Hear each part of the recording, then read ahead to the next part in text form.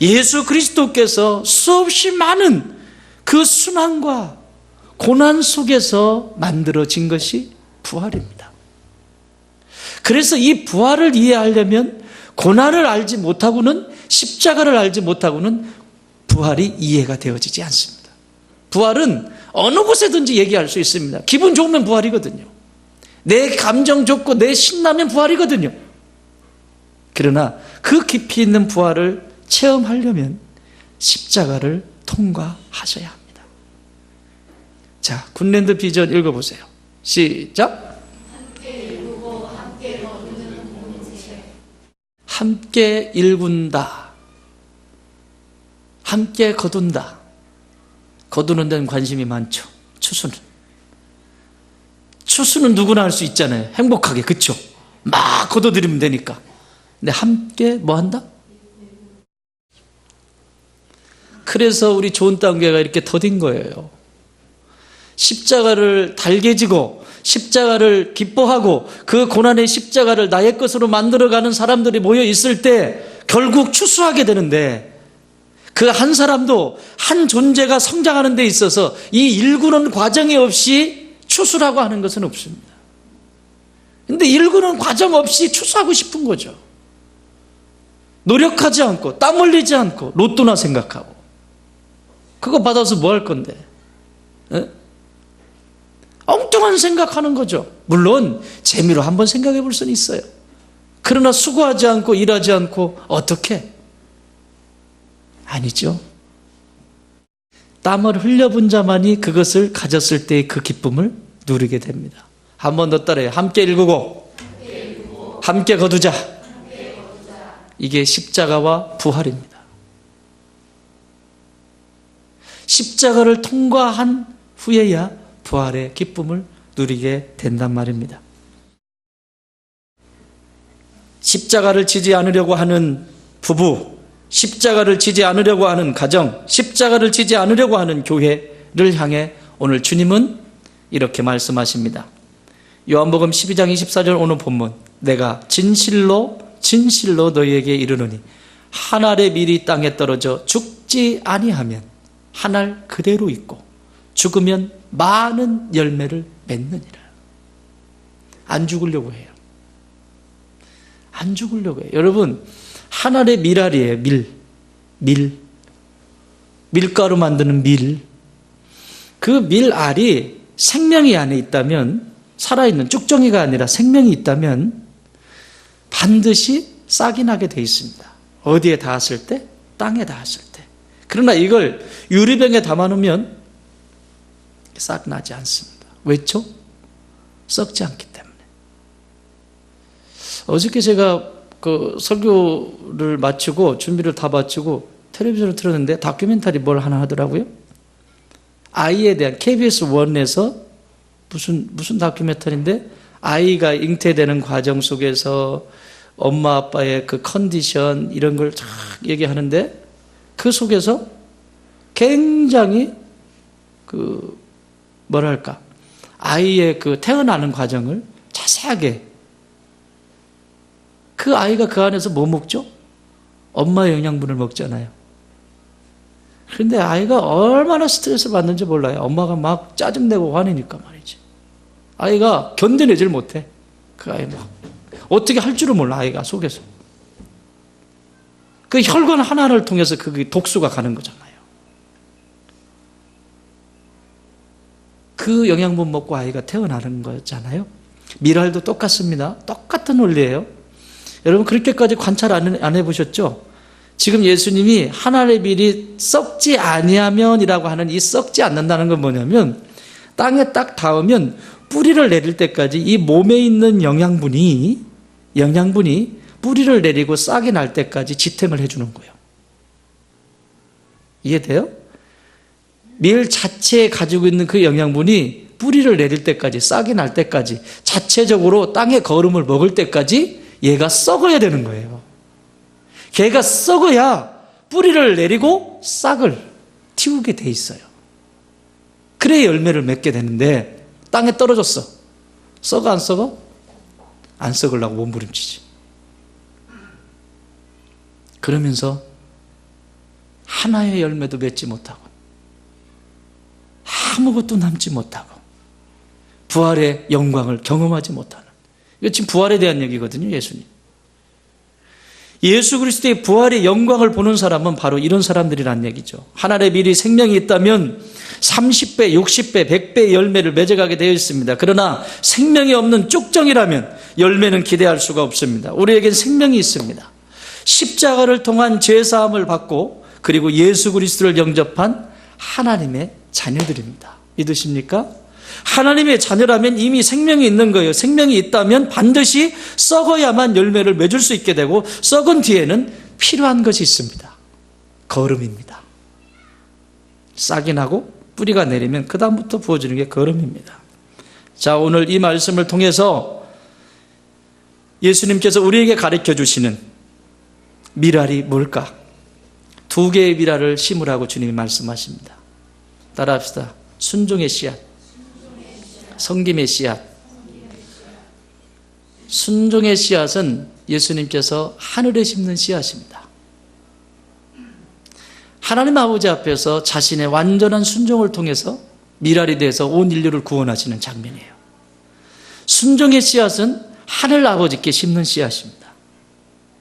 그러나 섬김의 씨앗은 이 세상에 당신이 구원해야 될 이 세상의 백성들을 향한, 이 세상의 사람들을 향한 씨앗이 섬김의 씨앗입니다. 이 2가지의 씨앗을 반드시 심어요. 여러분들이 이 땅을 살아가면서 부활의 영광을 보시려면 반드시 이 2가지의 씨앗을 심으셔야 합니다. 부활이 되어지고 내 안에서 이 부활이 무엇인지 늘 기쁨으로 살아갈 수 있는 사람은 이 2가지 씨앗이 땅에 심겨졌는지를 체크하셔야 된단 말이죠. 첫 번째 씨앗이 뭐다? 순종의 씨앗. 하늘에 심는 씨앗이 순종의 씨앗이에요. 하나님 아버지 앞에서 자신을 드리는 예수님의 모습을 우리는 볼 수 있습니다. 예수 그리스도의 부활의 영광은 하나님을 위해 심으신 순종의 미랄이었습니다. 예수님은 온 인류를 위해 속죄의 제물이 되시기까지, 또한 아버지의 말씀이 이 땅에 이루어지기까지 순종의 씨앗으로 하나의 미랄이 되셨습니다. 예수님이 이 땅에 오신 것은 세상을 심판하기 위해서가 아니라 십자가의 순종을 통하여 구원하기 위하여 오셨다고 말씀하셨습니다. 누가복음 19장 10절입니다. 인자가 온 것은 잃어버린 자를 찾아 구원하려 함이니라. 뭐라고요? 잃어버린 자를 멸망하기 위해서 오셨다? 구원하기 위해서. 예수님이 이 땅에 오신 것은 온 인류를 구원하시기 위해서 오셨지 심판하기 위해서 오신 게 아니란 말이죠. 그 구원하시는 과정 속에 먼저 주님이 하신 것은 아버지 앞에의 순종이었습니다.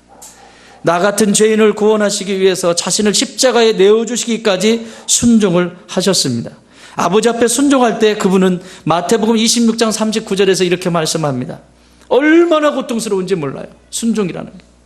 조금 나아가서 얼굴을 땅에 대시고 엎드려 기도하여 이르시되 내 아버지여, 만일 할만하시거든 이 잔을 내게서 지나가게 하옵소서. 그러나 나의 원대로 마시옵고 아버지의 원대로 하옵소서. 이게 순종. 내 뜻? 한 번 더 따라 할래요? 하나님의 말씀이 임하면 내 뜻, 내 생각, 내 감정, 내 경험은 중요하지 않다. 순종만 있을 뿐이다. 내가 이해되어지지 않고 내가 무능해서 알지 못할 때도 순종하였더니 생각이 정리되고, 순종하였더니 감정이 정리되고, 순종하였더니 그 뜻이 무엇인지 알게 되는 것이지, 그렇게 잘합니까?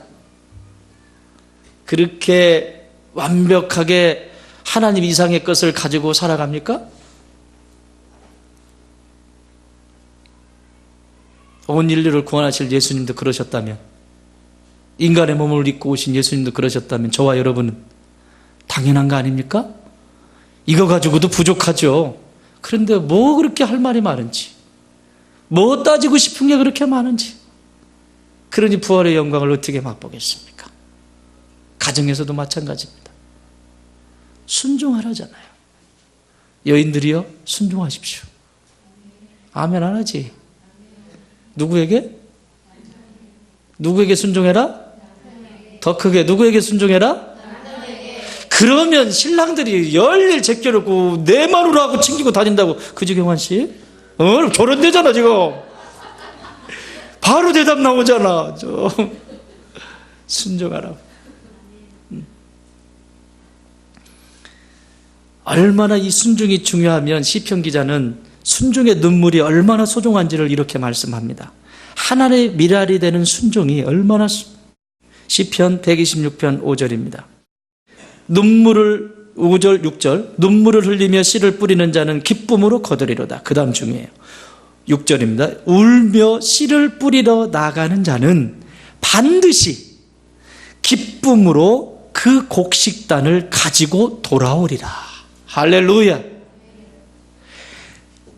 울며, 다시 말하면 순종이에요. 예수님 지금 십자가 지는 게 쉽냐고, 지금 십자가를 앞에 두고. 그러니까 어떻게 해서든지 아버지 이걸 좀 비껴가게 하면 안 됩니까? 꼭 이 십자가 해야 됩니까? 총으로 한 방 빵 쏘서 그냥 가든지. 이게 십자가는 그게 아니에요. 서서히 죽이는 거예요, 서서히.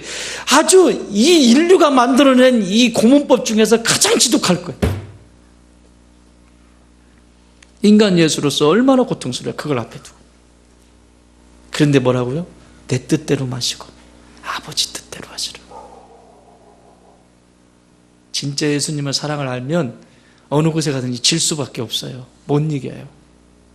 이기는 게 아니니까. 저도 이렇게 큰 소리 치지만 여러분들이 저한테 와가지고 시비 걸면 저 여러분 못 이겨요. 아세요? 할 수 없어서가 아니라 머리가 딸려서도 아니고 뭐가 부족해서가 아니라 져야 돼요. 그러니까 저한테 와서 까불지 마세요. 아셨죠?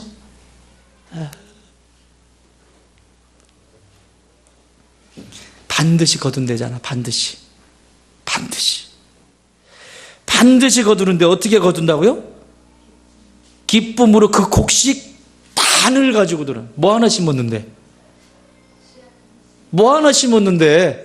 순종이라고 하는 씨앗 하나 심었는데 그 단으로 가져온다고. 여러분, 하나를 심으면, 좋은 땅에 하나를 심으면 몇 배째야?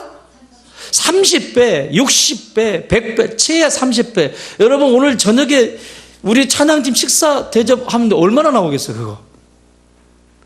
몇 배? 그런 믿음이 있어야지. 그런 믿음이. 채야 30배. 여러분, 10,000원 쓰면 30배면 얼마야? 30만 원. 그럼 여러분 100만 원 쓰면 3천만 원. 그러면 여러분 1,000만 원 쓰면 3억. 이런 장사를 해야지. 이런 장사를. 좋은 땅입니다. 이런 게 좋은 땅이라고. 이런 좋은 땅. 이랬는데도 움직이지 않아요. 아주 방법도 여러 가지다. 이게 하나를 심었는데, 순종이라고 하는 것을 하나를 심었는데 기쁨의 곡식단을 가지고 돌아오리라. 이걸 예수님은 보신 거예요. 예수님 그러셨잖아요.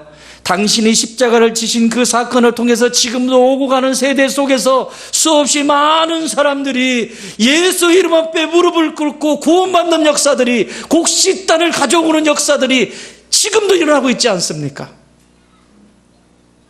자신의 그 순종, 그 미랄 하나가 하나님 아버지 앞에 곡식단을 가져가는, 열매로 드리는 놀라운 주인공이 바로 예수 그리스도 아니십니까? 그렇다면 여러분 뭘 염려하세요? 염려하지 마세요. 하나님의 일은요, 걱정해서 될 일이 아니에요. 하나님이 말씀하시면 질르고 보는 거예요. 여러분, 질르고 보는 거예요. 따지지 마세요. 묻지 마세요. 얼마나 따지고 묻는 것이 힘들면 무슨 생명도 나왔잖아요. 따지지도 않습니다. 묻지도 않습니다. 나이 묻지 않습니다. 병 상관없습니다. 얼마나 따지는 게 싫으면 따지지 마세요.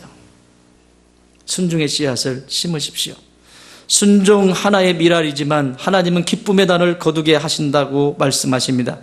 여러분의 영혼의 부활에 그 주님을 날마다 체험하려면 먼저 하나님 앞에 순종의 미랄로 좋은 땅에 심겨져 썩어져야 합니다.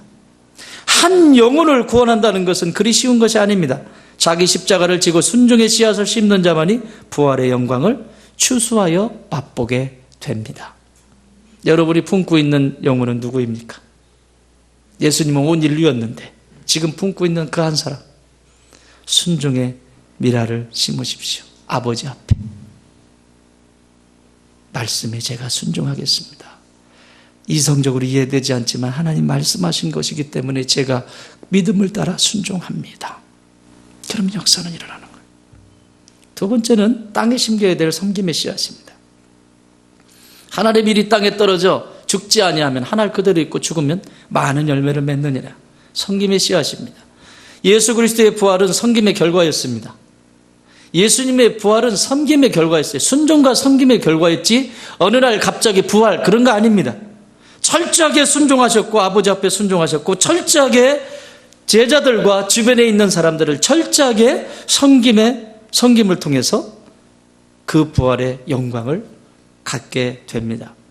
하나님은 여러분이 세상 속에서 큰 자가 되기를 원하십니다. 믿으십니까? 하나님 예수 그리스도를 믿는 여러분들이 세상에 큰 자 되기를 원하세요. 겸손한 척 하느라고 저는 자기가 이게 높은 위치에 있는 사람이 그런 얘기를 하면 괜찮아요. 그런데 궁색하고 없는 사람이 그러면요 그건 진짜 궁색한 거예요.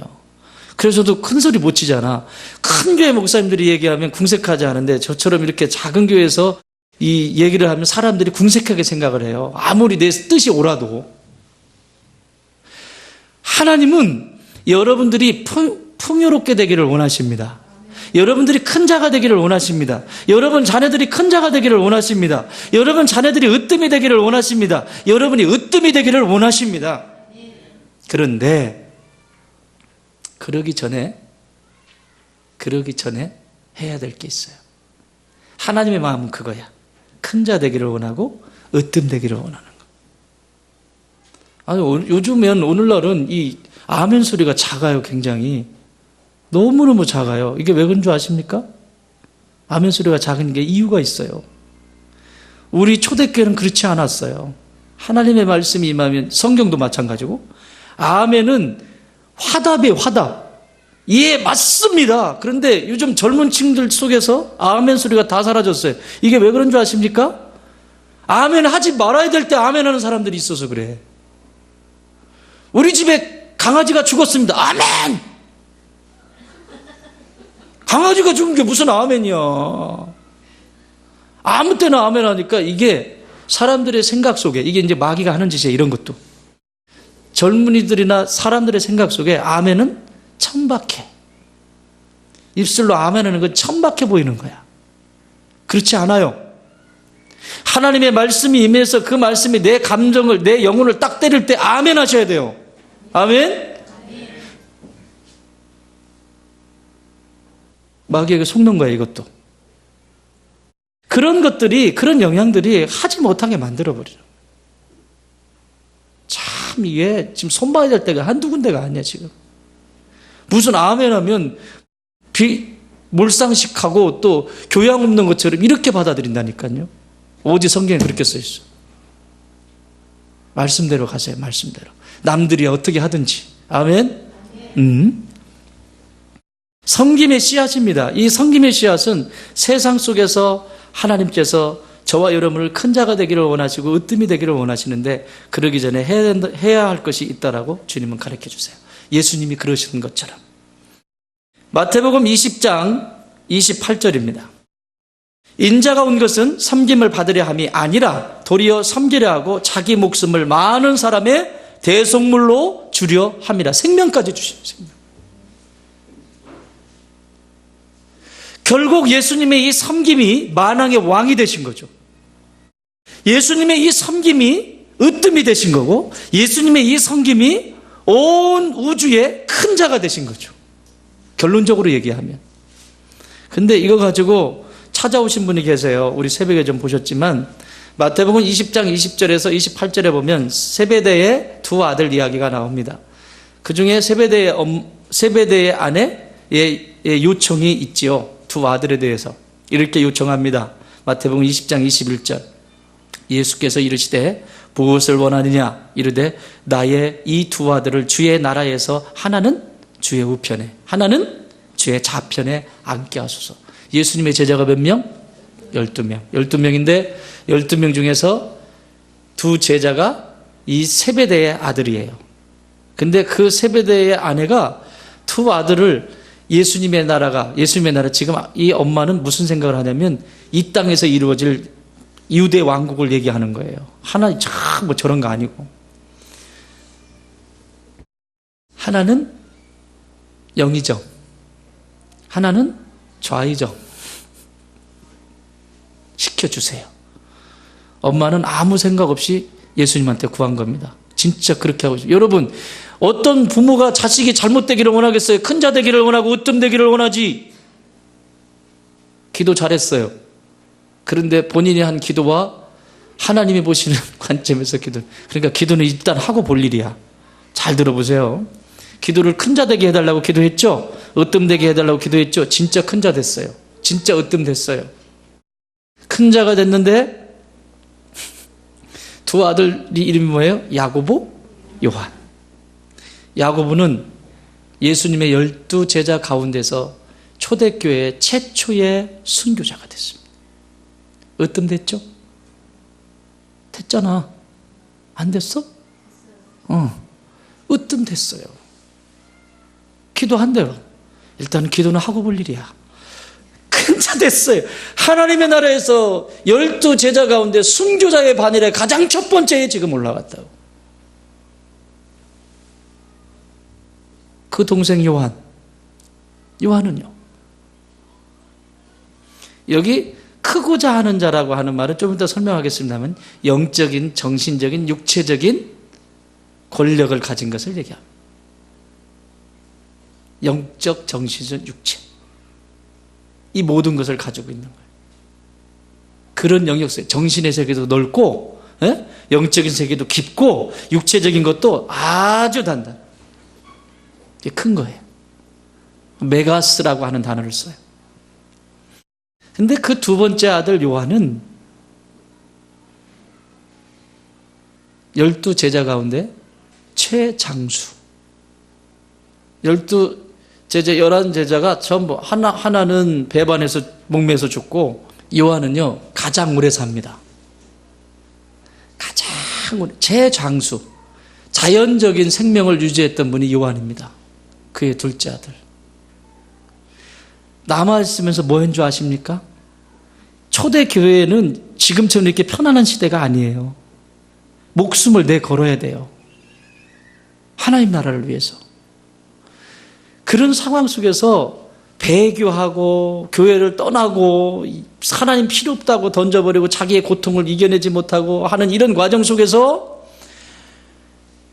배반하고 교회를 떠나는 이들을 위로하고 또 그 네로 미친 왕 있잖아요. 이런 왕들 나와가지고 막 정치를 마음대로 흔들어버리고 기독교인들을 박해할 때 그들을 위로하고 사랑해주고 했던 그 역할을 누가 했다? 요한이 큰 자가 됐습니다. 근데 요한 입장에서 생각해 보세요. 얼마나 힘들었겠나. 저는 가끔 목회를 하다가 그런 생각할 때 있어요. 하나님, 나 아직 사명이 남았나요? 이렇게 물어볼 때 있어요. 여러분, 여기 있는 담임 목사가 제일 하기 힘든 게 뭐라고? 목회야. 내가 제일 힘든 게 이 목회야.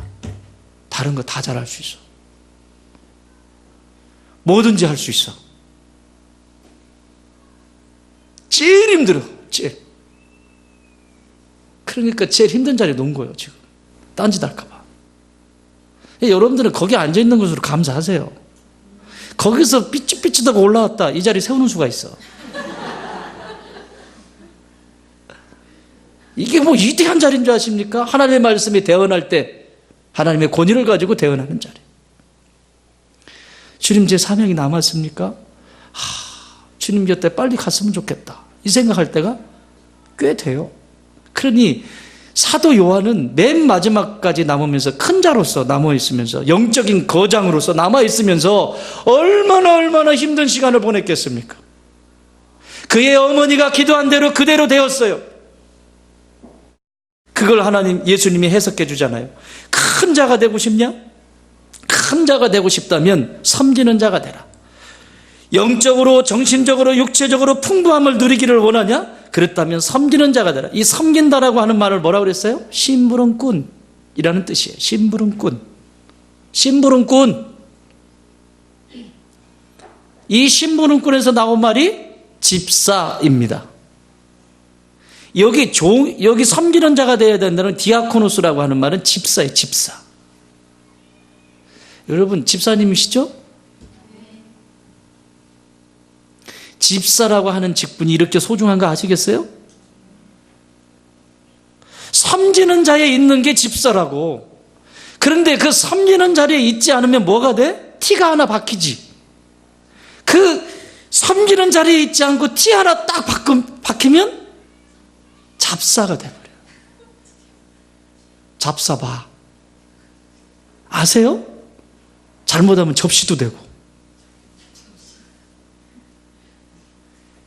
섬김의 자리, 심부름꾼의 자리에서 내가 그 역할을 감당하고 있을 때 그 섬김의 씨앗은 뿌리를 내리고 예수 그리스도께서 우리에게 가르쳐 주시는 것처럼 열매를 맺어가게 되어 있어요. 부활의 영광을 누리게 되어 있습니다. 또 두 번째 뭐라고 해요? 으뜸이 되고자 하냐? 너의 종이 되라. 으뜸이 된다고 하는 것은 아까 말씀드리다 말았는데 으뜸이라는 건 뭐냐면 명예, 권력, 명예. 세상 속에서도 존경받고 명예로운 자가 되고 싶냐? 그렇다면 뭐가 되라? 종이 되라. 이 종은 무슨 뜻이냐면 묶여 있다라고 하는 뜻이에요. 이렇게 어딘가에 기둥이 있으면 기둥이 이렇게 묶여 있는 거. 무슨 얘기예요? 세상의 권력을 갖기를 원하느냐? 세상에 존경받는 자가 되기를 원하느냐? 그렇다면 하나님께 묶여 있는 자가 되라. 성령님이 내 안에 계시지만 내가 성령님을 좌지우지하는 것이 아니라 성령님께 내가 묶여 있는 상태. 그분이 가라 하면 가고 그분이 서라 하면 서는 성령님께 묶여 있는 상태. 그게 종이라고. 그게 섬김의 씨앗을 심는 자의 자세입니다. 예수님은 그렇게 하셨습니다. 이것이 부활의 영광을 맛보기 위해 교회와 가정의 세상에 심어야 될 씨앗입니다. 으뜸이 된다는 것은 권력을 말합니다. 권력과 명예를 갖고자 한다면 하나님께 묶여있는 노예가 되라는 것입니다. 사랑하는 여러분, 부활의 영광을 맛보려면 심부름꾼이 되십시오. 심부름만 잘하면 됩니다. 그리고 종이 되십시오. 노예가 되십시오. 묶여있는 자가 되십시오. 직장에서도 마찬가지입니다. 여러분, 직장에서도 사랑받는 직원이 있어요. 직장에서도. 어떤 직원이 사랑받는 직원일까요? 노예 근성을 가지고 있는 사람은 안 돼. 노예 근성. 스스로 찾아서. 굵직한 거 오더 내려오면 스스로 찾아서. 아, 이것도 필요하겠다. 그러면 인정받게 돼 있어요. 시킨 것도 해결이 안 돼. 안 되는데 그러니 다른 것은 찾을 수가 있겠습니까? 찾을 수가 없죠. 이게 섬김의 씨앗입니다. 내가 덜 먹고 내가 덜 입고 남에게 부어줄 수 있는 자세, 내가 취하지 않고 남에게 더 줄 수 있는 자세, 그게 섬김의 씨앗입니다. 저것도 내 거, 이것도 내 거. 밑에 있는 직원들이 참 잘하겠다. 지만 꼴딱 삼켜버리고 아래 직원들 챙기지도 않고. 그 열매를 그냥 먹는 거예요. 그래서 자, 순종이라고 하는 것은 하늘에 심은 씨앗이에요. 섬김이라고 하는 것은 땅에 심은 씨앗이에요. 근데 이 순종이라고 하는 하늘의 씨앗과 땅의 씨앗인 섬김의 씨앗이 잘 자라려면 뭐가 필요하죠? 너무 쉽게 한다, 내가 지금. 뭐가 필요하죠? 햇빛은 기분이고 심어졌다니까 지금. 물이죠. 거름이 필요합니다. 그렇죠? 물이 필요해요. 거름이 필요해요. 그 거름이 뭘까요? 예수님에게서 찾으세요. 말씀은 순종하기 위해서 있는 거고 어떻게 그렇게 잘하세요? 그런지 안 그런지 찾아봅시다. 기도의 걸음입니다. 하늘의 순종과 땅의 섬김을 이렇게 잇는 이것을 이어갈 수 있는 것이 바로 기도입니다. 예수 그리스도의 부활은 기도의 결과였습니다. 기도라는 걸음을 주었기 때문에 그렇습니다. 순종과 섬김이 완성되기까지 원동력이 되는 것이 기도입니다. 기도하지 않으면 섬김의 능력을 상실합니다. 섬김이 아니라 의무가 되고, 그 의무는 의무로 끝나는 것이 아니라 반드시 그 의무는, 기도하지 않는 의무는, 잘 들으세요, 시험이 찾아오게 되어 있습니다. 제 얘기가 아니고 예수님이 제자들에게 가르쳐 주는 거예요. 제자들을 하나님께서 이 땅을 섬기고 하나님께 순종할 수 있도록 12제자를 불렀는데 예수님이 마지막 십자가를 지시면서 뭐라고 말씀하십니까?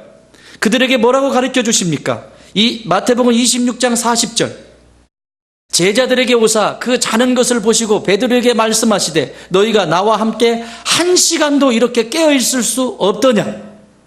시험에 들지 않게 깨어 기도하라. 마음에는 원이로되 육신이 약하도다 하시고. 마음에는 원이로되 육신이 약해. 여러분, 이 육신이라고 하는 것은, 몸이라고 하는 것은 훈련하기 나름이에요. 잠자고 싶지 않은 사람이 누가 있어? 그렇잖아요. 누구든 똑같아. 이 몸이라고 하는 것은 내가 어떻게 훈련시키냐에 따라서 움직이잖아. 그죠? 근육도. 이것만 하면 이쪽 근육이 발달하는 거고, 앉았다 일었다 하면 장단지 근육 생기는 거고, 뭐, 이게 있잖아요. 훈련을 어떻게 시키느냐. 안 시키면, 그놈의 몸뚱아리가 나겠어요? 훈련하기 나름입니다. 몸은. 그런데 예수님이 부탁하세요. 기도 좀 해라. 니들 안 그러면 시험 든다. 했어요, 안 했어요? 결론적으로 얘기해 봅시다. 그래가지고 기도 안 했죠? 안 해서 어떻게 됐어요? 시험이 어떻게 들어요? 예수님 배반하고, 도망가고, 부활 때까지도. 여러분, 이 기도하지 않았기 때문에 이 부활의 무덤이 있습니다. 참, 내 그 장면 보면서 참, 진짜 이건 참 큰일이다. 이 무덤이 있는데 무덤 곁에서 지켰던 사람은 여자야, 남자야? 무덤 가까이에서 지켰던 사람들이 여자야, 남자예요? 남자들은 어디도 없어. 뭐 천사를 남자로 얘기하는 건 아니겠지? 그 얘기 아니야. 무덤 가에서, 무덤 주변에서 뱅글뱅글 돌았던 사람들은 남성이 아니라 여성이에요, 여성. 마리아, 막달라 마리아부터 시작해서 여자들이 간절히 우리 주님 돌아가셨네, 어떻게 향유를 가지고 와서 막 이러고 있는 장면, 거기 머슴에 있어 없어? 베드로부터 시작해서 제자들부터 시작해서 한 명도 없어요. 나중에는 달려오죠. 누가 제일 먼저 달려와? 베드로? 예, 베드로가 제일 먼저 달려와요. 부활의 소식 듣고. 왜 그랬을까요? 자, 이거 설교 용어 아니지만 쪽팔려서. 부인했잖아. 진짜 사실일까? 막 달려온 거예요. 제일 먼저 달려. 여러분, 기도하지 않으면 이런 일이 일어나요. 예수님이 제자들을 책망할 때의 장면이 있어요. 변화산에 올라갑니다. 변화산에 올라가서, 변화산이라고 하진 않았죠. 처음에 우리가 이름을 붙였으니까 변화산이지. 예수님이 데려가실 때 꼭 이 주변에 중요한 일을 할 때 세 사람을 딱 데리고 갑니다. 병든 자를 고칠 때도 그렇고 이런 현상들을 볼 때에도 3명 데려요. 베드로, 야고보, 요한. 그리고 나머지 9명은 저기서 기다려요. 여러분, 우리 목사님은 편해해. 예, 편해해요. 앞으로도 편해할 거예요. 예수님도 편해하셨으니까. 하나님의 말씀에 순종하고 그 말씀대로 살려고 몸부림치는 사람 이쁘지. 삔질삔질거리고 여기 갔다 저기 갔다. 물론 기도는 하지만. 그래요, 안 그래요? 여러분 자녀들이 여럿 있죠? 여럿 있지만 그 중에서 엄마 아빠 말씀 잘 듣고 따라서 순종 잘하고 걔는 이쁘죠? 그런데 꼭 하는 데마다 토달고 막 머리 뒤밀고 그러면 내 새끼지만 지들도 그러면서. 예수님이 이 세 제자를 데리고 갑니다. 가는데 변화산, 이 산에서 이 너무 아름다운 모습을 본 거예요. 예수님이 딱 변해. 확! 그 세마포도 그렇게 밝은 옷이 없어. 빛이 나면서 싹 변하고. 그리고 엘리야가 나타나고 모세가 나타나. 그리고 대화하네. 토킹 어바웃을 해. 거기서 같이 셋이서. 모세는 몇 년 시대 전 사람이에요? 1500년 시대. 예수님의 시간과 1500년 전에. 엘리야는 약 800년, 900년. 이 시대의 사람입니다. 그런데 모세와 엘리야와 예수님이 같이 이야기를 하고 있고 그 현장을 지금 베드로와 야고보가 요한이 이걸 보고 있어요. 신비로운 체험이죠, 이거야. 그러니까 베드로가 하는 말 뭐라고 얘기해요? 베드로가 마태복음 17장 4절에 베드로가 예수께 여짜워 이르되 주여 우리가 여기 있는 것이 좋사오니 만일 주께서 원하시면 내가 여기서 초막 셋을 짓고 하나는 주님을 위하여, 하나는 모세를 위하여, 하나는 엘리야를 위하여. 이렇게 생각이 없습니다. 뭐하지 않기 때문에. 자, 이 얘기가 이제 끝났어요. 그 장면 쫙 끝났어요. 그리고 내려와요. 세 제자 데리고 딱 내려오는데 보니까 9명의 제자가 쩔쩔맵니다. 뭐 때문에? 귀신 들린 한 사람을 쫓아내지 못해서, 귀신을 제어하지 못해서 9명의 제자가 식은땀을 뻘뻘 흘리고 있는 거예요. 그러니까 예수님이 왜 그러냐 그랬더니 이래 이러는 거예요. 이 믿음이 작은 자들아 언제까지? 그럼 예수님이 탁 정리해 주시죠. 그러니까 제자들이 어떻게 이런 일이 일어날 수 있습니까?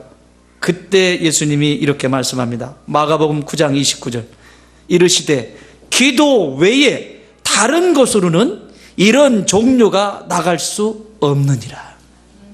기도했다 기도하지 않았다? 기도하지 않았다. 기도하지 않고 순종한다. 있을 수 없어요. 기도하지 않고 섬긴다. 있을 수 없어요. 여러분의 가정이 행복하기를 원하십니까? 행복하기 싫어요? 어떻게 오늘 끝내? 여러분 가정이 행복하시기를 원하십니까? 그렇다면 순종하십시오. 여러분의 가정이 행복하기를 원하십니까? 섬기십시오. 무엇이든지 섬기십시오. 하나님의 교회를 위해서 섬기시고 주님의 나라를 위해서 섬기십시오. 하나님의 말씀에 순종하십시오. 그럼 행복합니다. 그런데 그것에 걸음을 주는 게 뭐다? 기도. 기도는 이렇게 중요합니다. 특별히 기도에 대하여 하나님은 자매들의 기도는 그렇게 많이 다루지 않습니다. 성경에 형제들의 기도를 많이 다룰까? 자매들의 기도를 많이 다룰까? 어떻게 이렇게 잘 알아? 자매들은요 막 모여가지고 기도해요. 기도하고는 금방 내 가서 까먹어요. 뭘로?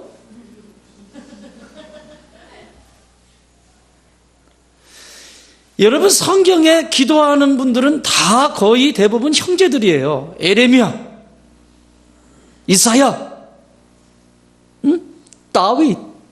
다윗의 부인이 기도하였더라. 보셨어요? 그런데 오늘날은 기도는 누가 많이 해? 형제들은. 성경에 분명히 형제들이 기도해야 산다고 하는데, 자 들어보세요. 그러면 그런지 안 그런지. 디모데전서 2장 8절 그러므로 각 처에서 남자들이 분노와 다툼이 없이 거룩한 손을 들어 기도하기를 원하노라. 할렐루야. 하나님이 받고 싶은 기도는 자매님들의 기도도 중요하지만 능력 있는 기도는 누구의 기도냐? 형제들의 기도예요. 이 마귀란 놈이 오늘날 형제들로 하여금 기도하지 못하게 만들었어요. 기도하지 못하게 만들었어요. 분주하게 만들고 기도보다도 더 중요하다라고 생각하게 하고 다른 일 그러면서 가정을 위한다고 소리치죠. 나는 이 가정을 위해서 내가 일하는 거고 내가 이 가정을 위해서. 과연 무엇을 위한 것입니까? 명심하십시오. 형제님들 명심하세요. 여러분이 가정을 위해서 1시간을 깨어서 기도할 수 없다면 제자들처럼 우리의 가정을 위해서 1시간을 깨어서 기도할 수 없다면 그것은 여러분이 가정을 사랑하는 것이 아닙니다. 내 멋대로 사랑하는 거지. 성경 우리에게 그렇게 가르쳐주고 있어요. 자, 베드로 사도는 뭐라고 해요? 아까 당했잖아요. 1시간만 깨어 있으라고 했는데 1시간 동안도 예수님 주의 나라와 그리고 이 땅을 위해서 기도하지 못했던 그 베드로가, 그것을 뼈저리게 경험한 베드로 사도가 베드로전서 3장 7절에서 이렇게 말씀하는 거예요. 남편들아, 여인들에게 잘해라. 내 아내와 동거하며 그를 더 연약한 그릇이니까 잘해라. 또 생명의 은혜를 함께 이어받을 자다. 유업을 함께 이어받을 자인데 귀히 여기라. 그리고 이렇게 얘기합니다. 그렇게 해야 되는 이유는, 아내를 사랑해야 되는 이유는, 아내를 소중히 여겨야 되는 이유는, 그 이유에 대해서 얼마나 기도가 중요하면 너희 기도가 막히지 아니하게 하려 함이라. 할렐루야. 그러면 베드로 사도가 있었던 이 시대에도 누가 기도 더 많이 했다? 누가 더 많이 기도했다? 크게 얘기해요. 누가 더 많이 기도했다? 형제들만 대답하죠. 누가 더 많이 기도했다? 이 기도가 막히지 않게 하라는 거예요. 그래서 사랑해야 된대. 그러면 형제들이 기도를 얼마나 해야 되는지 알겠죠? 그런데 오늘 이 문화는 형제들을 기도를 못하게 만드는 문화가 되어버렸습니다. 누가 했다고? 마귀란 놈이. 왜? 여러분 가정에, 여러분이 섬기는 교회에 부활의 영광을 경험하지 못하게 하기 위해서.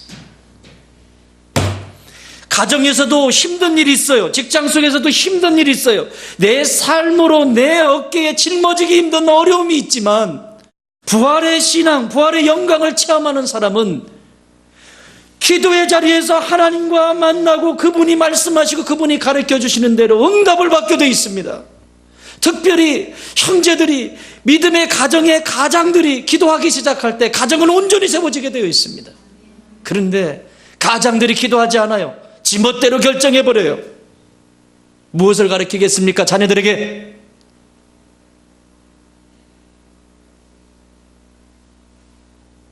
우리의 자녀들에게 뭘 가르치겠어요? 다 커서 큰다고요? 웃기지 마세요. 지금 어린 시절에 지금 여러분 보여준 그대로, 아니 그 이상의 것을 내가 열매로 먹게 돼 있어요. 저는 이게 보이니까 이게 너무 근데 자꾸 그냥 이건 공식이야, 공식. 미치겠어 아주. 돈 그까짓 거 몇 푼 벌어서 뭐 하려고? 좀 덜 먹어요. 덜 먹고 여러분 자녀를 위해서 놀면서 기도하세요. 예수님 십자가 짊어지고 가시면서 가다가 쓰러지고 그러잖아요. 그때 여인들이 앞에 가가지고 닦아주고 막 하면서 주님 어떻게 하면 좋습니까? 눈물로 그러고 있잖아요. 그때 예수님이 뭐라고 말씀하시던가요? 내 이 힘든 거, 나 지금 십자가 지는 거, 이 힘든 거 아무것도 아니다. 나를 위해서 울지 말고 누구를 위해서 울어라? 네 새끼를 위해서 울어라. 네 자녀를 위해서 기도하란 말입니다. 아멘. 이 부활의 영광을 맛보시기를 원하십니까? 여러분 가정에 이 부활을 경험하시기를 원하십니까? 형제들이여, 믿음의 가장이 되어 주십시오. 여러분들이, 형제들이 기도하기 시작하면 여러분의 가정은 우뚝 세워지게 되어 있습니다. 기도할 줄 모른다고요? 성전에 와서 앉아 있어 보세요. 안 되나? 술 먹을 시간은 있고 친구 만날 시간은 있는데 성전에 와서 기도할 시간은 없어요. 여러분의 자녀를 어떻게 책임지시겠습니까? 나를 위해서 울지 말고 너희 자녀를 위해서 울라. 여러분의 자녀를 통해서 나는 여러분들의 가정이 부활의 영광을 누리시기를 주님의 이름으로